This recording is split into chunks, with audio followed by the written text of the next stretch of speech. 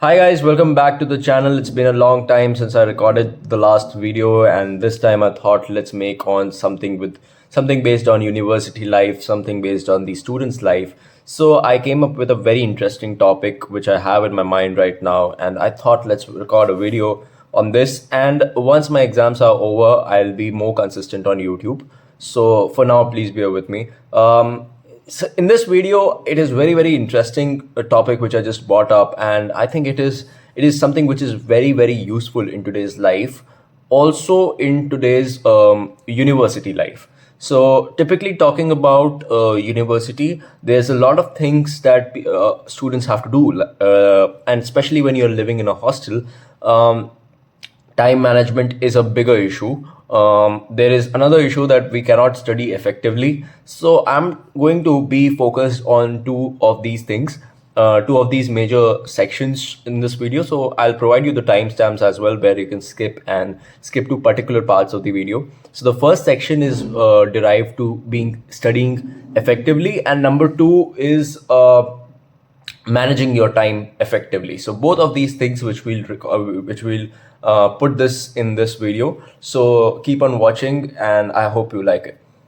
One of the craziest ways of remembering things, and I realized this in class ninth, but I did not actually follow it in school, but I did it in the first, not in the first semester, it's from the second semester onwards. So it is the mind mapping, which is basically creating a visual representation of whatever subject, whatever topic you study, and you start with a basic idea and a centralized concept, and then you go on creating branches, creating a mind map, any way in which it basically interests you, and you just make that visual representation, and it gets installed in your system. So I think that is one of the ways in which you can study effectively. It helps you in remembering the topics easily during examinations. What we generally do is just take the heavy notes, and we just copy the slides. Many of us do it. I did it. So I'm telling you from that perspective that everyone actually goes on to record and read the whole entire bunch of slides that is given to them. They don't understand anything. They just learn the stuff that is there in the slides, and then go on in the examination, follow the pattern, try to remember. And if you can't remember, you just write jargon and come back. That's the story of everyone's life in college and schools. So if you just practice mind mapping in school, or if you're watching it from a college perspective, if you practice mind mapping, I think it's a very great technique. Number two, which I personally do a lot, is to teach a concept to someone else. And I have been doing it since a very long time. So I really know. I mean, I actually consider sometimes being a teacher, but okay, I don't know about discussing careers here. But this could be a study group, maybe a friend, maybe a large group of people. I think I've done it since the first semester onwards. So I actually taught a completely different course to a completely different group of people, and it was fun. Number three is something that I learned from TED Talks, and I'll try to provide the link in the description box below. It is of a TED video, which was to remember bigger things using mnemonics. I have not done that too much, but I have done it in some ways or the other. Creating mnemonic devices, creating maybe a way to remember lists or sequences. It is a fun and creative way for sure, and the way it is shown in that video, I'll provide the link to you. And that is how people create stories and create mnemonics. Number four, something I took from Can't Hurt Me by David Goggins, is the cookie jar method, where you can basically reward yourself. It's more of a token economy, but not simply token economy. You can just put it in this environment of studying. So let's say that you have an aim in your mind, maybe like to study 4 hours effectively and complete these many, let's say, topics. And if you achieve that within the stipulated time, which you had for yourself, then you can reward yourself with a cookie or anything, a cookie or anything that interests you a lot. So a cookie jar method works in that way. I took it from Can't Hurt Me by David Goggins. It's a very great book, and I have also reviewed that book on this channel. And obviously, we are in digital era, so there's a lot of Google Play games that you can download. Not games exactly, but applications that you can download for virtual learning. I'll try to provide the app that I used. It was something of growing trees, and I did it way back in school. If that app still exists, I'll try to provide the link of that app too. I think it was something to focus with, and every time you don't touch your phone, it grew a tree. So I did that back in school days. I haven't done it in 2 or 3 years since then. So that's these are the five methods that you can definitely try out, and I'm sure if you try one of these five, it's going to work a lot for you, and you will be able to start studying effectively at least. This is the second section of the video, and now in this video, basically in this section, I'm going to talk about how you can manage your time effectively.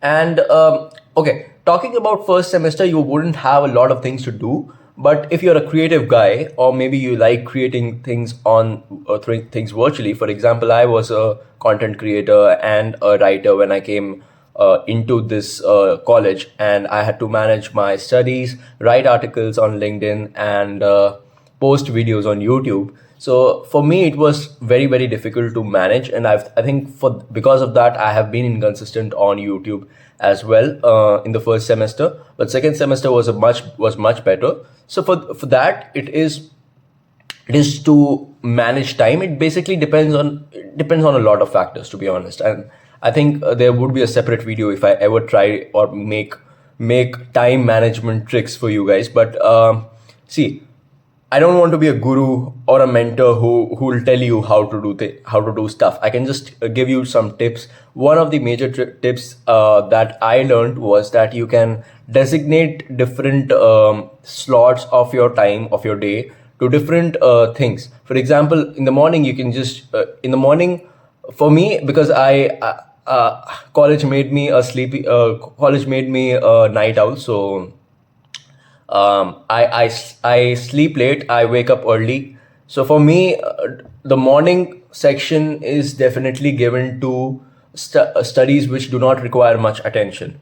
Afternoon is given to studies that require more of my attention and more of my energy. For example, financial accounting or mathematics. And then at night, I am more into writing stuff. And if I don't see, I cannot write every day, for example. So I'm more into researching for my videos, or maybe writing stuff, maybe working on my book, which I was doing till a certain time, and then also going with my editing of my upcoming books. So that is how I gave in my time. Second is this challenge that you can take every time. For example, you can set a specific time limit for a task, or you can just challenge yourself, and you can just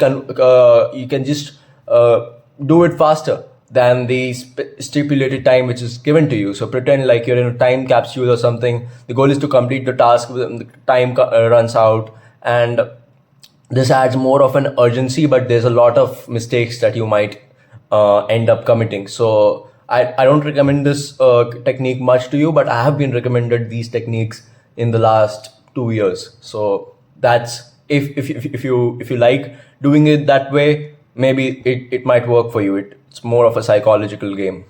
Here's the third technique, and this technique I was recommended back in school days. It was recommended to me by one of my most creative friends, and it was to what she used to do was that she used to create sticky notes, and then she used to keep it on the table, and then she used to take a pen and spin it, and wherever the pen nibs stopped, she used to do that work. And she started doing that all the time, and every time one work was complete, she would remove the sticky note or do something like that. So you can be that creative, and you can try doing it like that. But I personally, I tried it a lot of times, but it did not work out for me. So for me, it was more of giving desired time slots, and giving like the morning slot to less attentive works, or theories like sociology or philosophy, where a lot of attention is not required for me. And in afternoon, I would give it my time to more of financial accounting, calculations, accounting, machine learning, business intelligence, all those kind of courses. would go into afternoon, and evening sessions would go into if I had to revise something, or maybe if I had to revise what concepts I studied in the morning, that I would do in the evening, and then also followed by my creative things. And at night I would generally surf the internet, stream videos, go to Netflix, go to Amazon Prime, or do something, watch something. So that's how my days are planned mostly. Obviously, one thing that you would always be recommended by anyone you go to, and that is to have a timetable. And surprisingly, I don't have one yet. I mean, all I have is my class timetable. The thing is, I have never made a timetable in my entire life. I tried to do it a lot of times, but I was not able to follow it that effectively. I don't know why that happened, but timetables are just something I cannot do at all. But I can definitely set a goal of the day that I will do these works, these theories, these things, and these things. So, like 3 or 4 things that I'll do in that day, I have it in my mind. That's it. I don't write it down. I don't have a special timetable for it. And in colleges, following that timetable is not possible at all. So trust me, it's not possible. And if you're watching it from school, then I think this is the right time to create a timetable for you.